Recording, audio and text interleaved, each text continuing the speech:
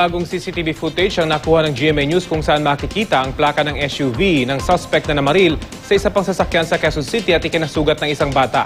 Balitang hatid ni Cesar Apolinario. Nagkalat man ang mga CCTV camera sa MH Del Pilar Street sa Barangay Bungad, Quezon City, hindi naman kita sa mga CCTV video ang plaka ng puting SUV na minaneo ng suspect na namaril sa isa pang sasakyan na kinasugat naman ng isang batang 9 na taong gulang. Pero sa mga bagong nakuhang CCTV ng GMA News, mas malinaw na ang kuha sa SUV, malapit sa crime scene. At naaninag na sa isa sa mga kuha ang plaka na posible raw makuha ang tiyak ng mga titik at numero kung gagamitan ng high-tech equipment ayon sa PNP. Habang sa isa naman, kita ang detalye ng sasakyan. Tiniyak ng may-ari ng video na makikipagtulungan sa pamilya ng biktima.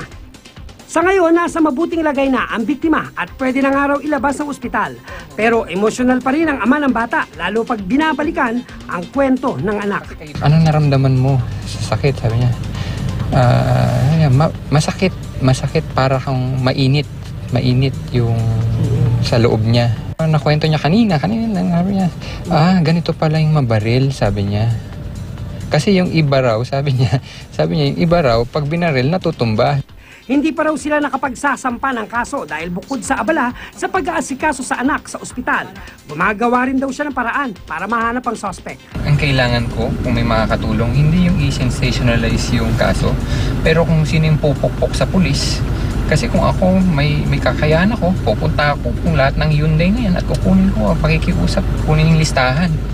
Kasi ilan lang ang puting Santa Fe. Naipasa na ng QCPD Station 2 sa Camp Crame ang mga ebidensya gaya ng mga slug ng bala para isailalim sa ballistic test. Nakikipag-ugnayan na rin sila sa pamunuan ng Hyundai Philippines upang alamin kung sino-sino ang nagmamay-ari ng mga bagong Hyundai Santa Fe na pareho raw ng SUV na sangkot sa insidente. Cesar Apolinario, GMA News.